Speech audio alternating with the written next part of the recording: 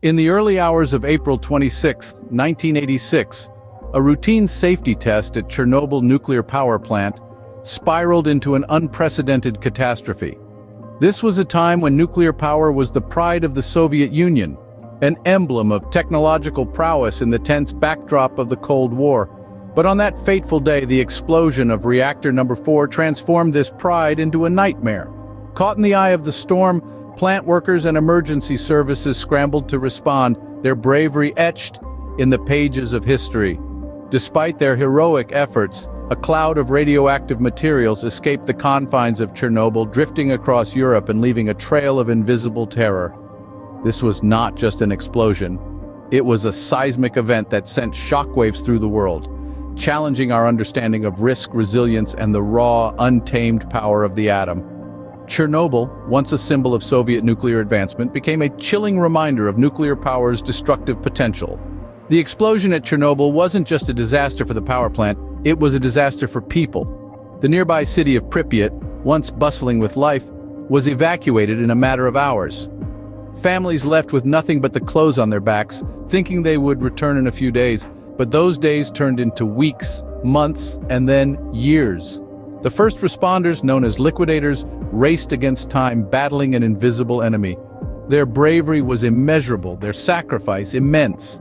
Many succumbed to acute radiation sickness.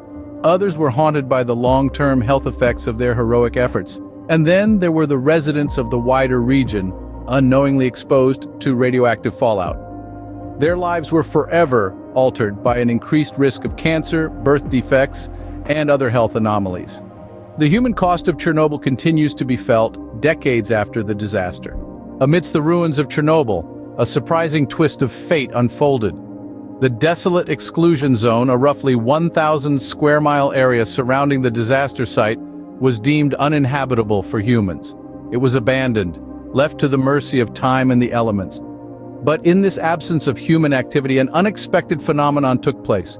Nature, in all its tenacity, began to reclaim the land. Trees sprouted in abandoned buildings, wild grasses carpeted the empty streets, and the silence was broken by the return of wildlife. Wolves, bears, and wild horses, among others, found refuge in this unintentional sanctuary. They thrived, their populations growing, unhampered by human interference. This resurgence of life amidst the ruins of a nuclear disaster paints a complex picture of our relationship with nature and the environment. It shows us that even in the face of immense destruction, life finds a way. In the shadow of disaster, nature reclaimed its space, offering a poignant lesson about resilience and adaptation. The legacy of Chernobyl extends far beyond the boundaries of the exclusion zone. It has profoundly reshaped our understanding of nuclear energy and its potential risks. In the aftermath, nuclear safety protocols worldwide underwent significant revisions. The emphasis shifted from mere containment to prevention, focusing on rigorous inspection, maintenance, and emergency response planning. The disaster also spurred ongoing health and environmental monitoring. Despite the stark devastation, life persists, albeit under the shadow of an invisible enemy, radiation. These findings have fueled invaluable research into radiation's long-term effects on human and ecological health. Chernobyl's cultural impact is equally profound.